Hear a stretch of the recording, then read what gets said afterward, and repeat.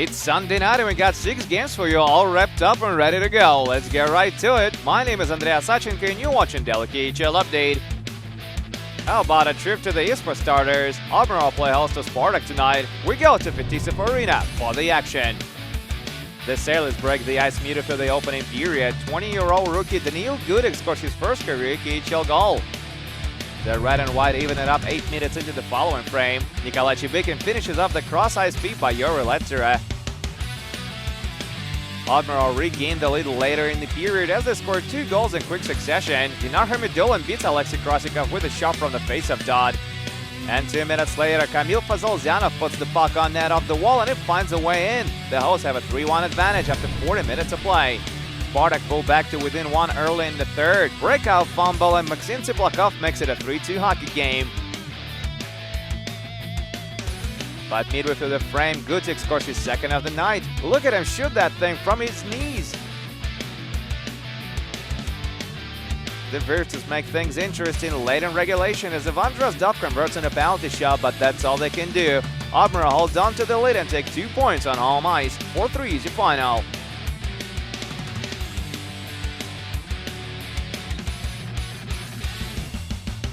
And now to help Barys, where a much less high-scoring game takes place as Amur meets Sibir. Snowflakes get on the board just under 7 minutes in. Nikita Sedikov receives the puck from Alexander Sharov and beats Evgeny Alik between the wickets. Second period now, Alexander Gorshkov dangles his way to the slot and takes a shot, but Harry Sattery shuts the door.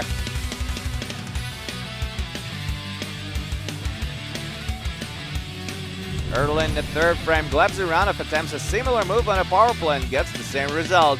Sattery stays perfect till the final buzzer and enjoys his 6th shutout of the year with 35 saves. Sibir take it 1-0 on the road.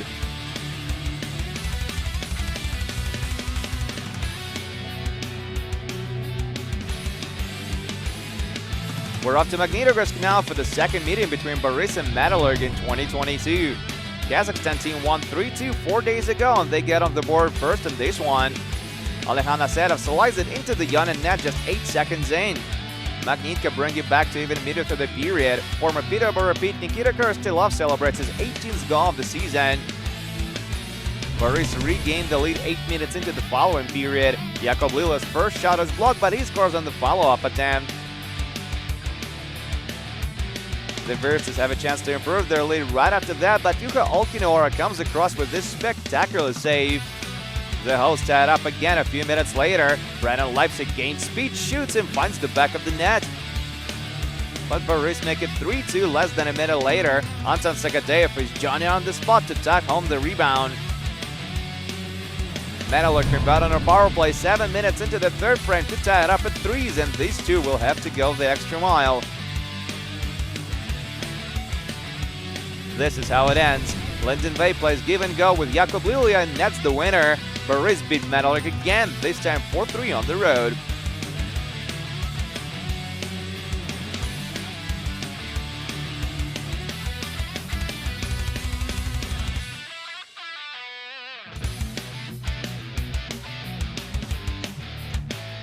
We take you to Cherpovets now, where the Leopards challenge Severstal.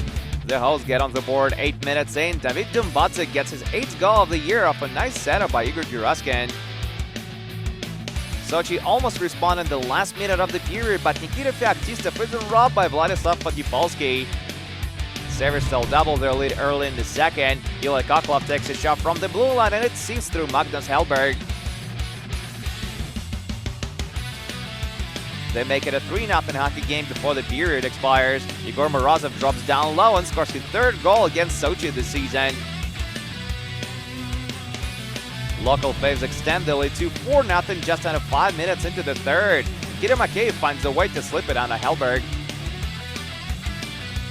Sochi show life right after that as Kirill Pitkov speeds to the net and converts on the breakaway chance.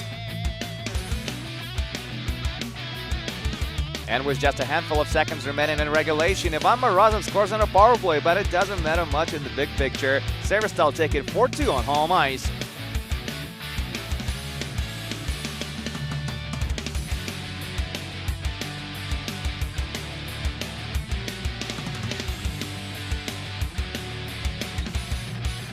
Moving on to Podolsk, where Vityaz take on Avangard. The Hawks get off to a great start. They get an early power play, and Oliver Koski fires home a huge clapper. The goal comes just 17 seconds in. And 3 minutes later, Vladimir Zharkov gets his twig on Viktor Svedberg's shot from the blue line. It's a 2-0 game all of a sudden. Avangard convert and get another man advantage later in the period. This time it's Arseny Gritsuk who gets the tally.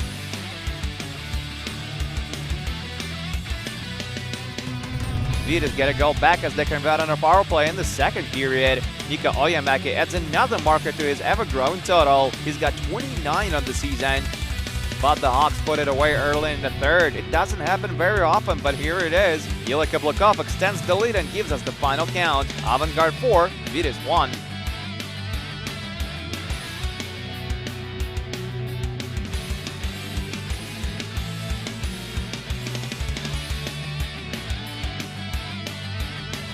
The final game of the night takes place in Moscow. Dynamo lays him up against Neftekhimik.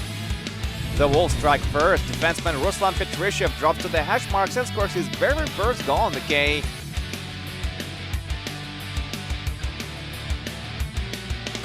They double their lead early in the second. Andrei Chivilev drives to the net and stuffs it in. What a play! Dynamo level it with 2 goals late in the period. First, Stanislav Galiev converts in a power play. Vadim Shipachev and Eric Odell with the helpers. And then Galiev scores his second of the night and 25th of the season. This one comes at even strength.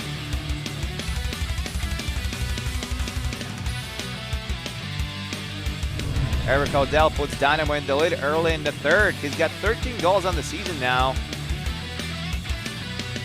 But 10 minutes later, Pavel Paradin ties it up on a bit of a chaotic play. Ruslan Petryshev draws his 3rd point of the night. Regulation and overtime solved nothing, so it goes to the shootout, and Edar Gemadov wins it for Neftekhimik. The Wolves beat Dynamo in Moscow for the first time since 2019, 4-3 to final.